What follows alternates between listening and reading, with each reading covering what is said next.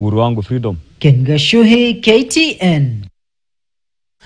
Kwingineko, magugu vamizi yanayofahamika kwa jina la Ipomea yanaendelea kuwa kero kwa wakazi wa Kajiado ya Kati, huku juhudi zaidi zikihitajika kuangamiza magugu hayo. Akizungumza alipoongoza shughuli ya kung'oa magugu hayo katika eneo la Maili 9 Kajiado ya Kati, waziri wa kilimo kaunti ya alisema pana haja ya kuangamiza magugu ambayo yanaonekana ama yanaenea kwa kasi na kuathiri nyasi ambayo ni lishe ya mifugo ambao ndio tegemeo la wafugaji kaunti hiyo.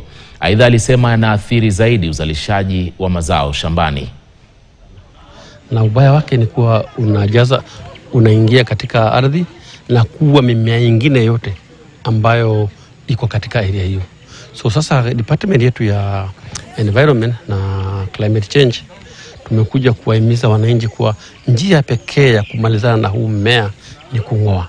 Kung'oa hii sana sana wakati huu wa mvua inaanguka kwa urahisi ukitumia mikono. Tunang'oa hii mmea ambayo imeharibu huku, nyasi hakuna kwa sababu mimea imechukua nafasi ya nyasi. Tunaambia wananchi wang'oe, serikali inapeana mbegu, mumwage kwa mashamba yenu. Alia ni rembo, jiko na maua, lakini ng'ombe hakuli, mbuzi hakuli, na mahali ambayo hiyo mmea iko nyasi haiwezi kuwa, kwa hivyo inamaliza nyasi yote. Kwa hivyo wakaaji wa hapa wanahamahama kwenda kutafuta mahali kuna nyasi mzuri.